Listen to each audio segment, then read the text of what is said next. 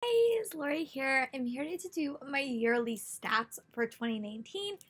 I will admit that I am in the middle of like 3 books, so my hope is that this count will go up by 3 by the true end of 2019, which is tomorrow, which is New Year's Eve, because I always do a readathon for the final day. So I'm really excited about that. But as the film time of this recording, I'm going to tell you guys my stats. And I actually did much better. I did much better like keeping my list as I tried to do in the past couple of years.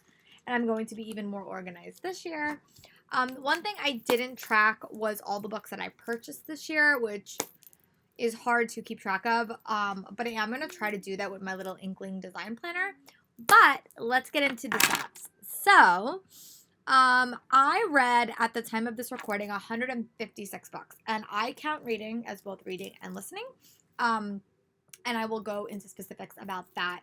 Last year I read 158. I am in the middle of reading 2 books, and I'm gonna try to tackle a third before the end of the year. So my stats hopefully will be like 158 or 159, like it was last year. I would love to crack 160, but I just don't think that's gonna happen. So that's my reading stats, and that's actually pretty much on track with what I read the last couple of years.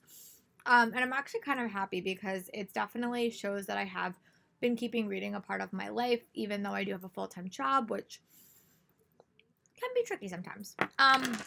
But some more specific stats is I always do the Beat the Backlist challenge every year. And this year up completing 68 titles, and I always make my number 50 and I always go beyond that, but I'm actually really happy with that, and I really hope to be in the same vein next year. My next number summary or recap was I found homes for 87 books this year, which I think is actually pretty impressive. I'm a big thing. I don't believe in throwing books out because I always feel like somebody can find a use for them or someone can find a home for them. So 87 books found a new home, maybe be my friends or the kids that I work with, and I'm actually super happy about that. So 87 books found a new home. Another one of my stats is I read 67 books that came out in 2019.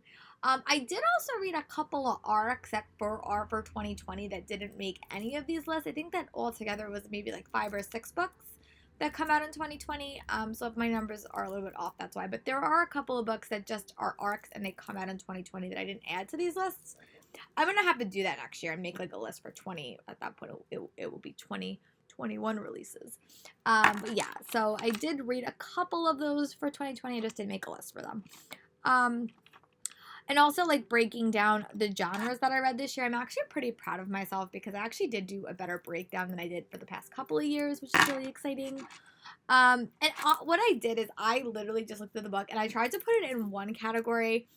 Sometimes they're in double categories, but I tried my hardest to pick one category. Didn't always work, but that was my hope. So if these books may be counted like twice because they may be like a mystery book and a middle grade book. So we will see. But I read 17 mystery books that I would consider mysteries, and I was actually really happy with that.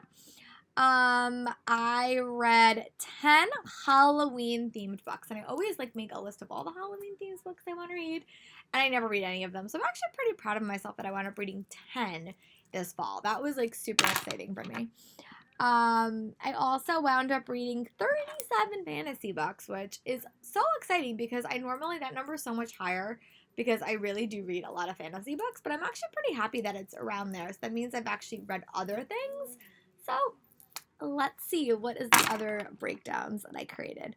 I also wound up reading 31 middle grade books, which is very good because I own a lot of middle grade and I kind of struggle with reading them. And I also added to that was the Keeper of the Lost City series, which really started me on this train, which I'm really excited about, and I'm really loving that series. Another list is that I also read 2 historical fiction books, which I think one was a middle grade. I mean, one was a young adult, and one was an adult book, which was actually really exciting. And I read 40 contemporary books, which means my 40 fantasy books overtook my fantasy this year. So That's great. That has never happened, and I think it might like even itself out if I finish the rest of the books I'm reading are all fantasy. So that's exciting as well. And then between 2018 and 2019, in my reading year of 2019, I read 12 Owl Crate books at least, which is great. Which means I've been definitely staying up to date on those, which I'm really, really happy about. And I also completed it's probably going to be 17 audiobooks because I'm in the middle of Deathly Hallows, but at the time of this filming, it's 16 audiobooks, which means I beat my goal to read 12, which actually is really, really exciting. And I read 8 graphic novels and 4 women fiction novels. So that's really exciting, and I'm really happy with my stats. I cannot wait to see what 2020 brings, and I hope that you guys will share your stats in the comments.